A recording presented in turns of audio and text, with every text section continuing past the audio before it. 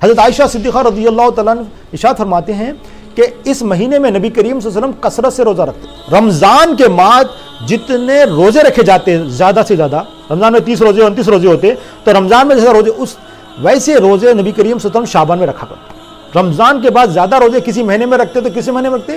شعبان میں زیادہ روزے رکھتے. نبی کریم صلی اللہ علیہ وسلم نے ارشاد فرمایا یہ جو شعبان کا مہینہ ہے رجب اور رمضان کے درمیان ہے، اور اکثر لوگ اس میں غفلت برتتے ہیں، ایزی لے لیتے ہیں، اس کو غفلت میں آ جاتے ہیں، ابھی رمضان ہے نا بول کے اکثر لوگ کیا کرتے ہیں اس میں غفلت برتتے ہیں.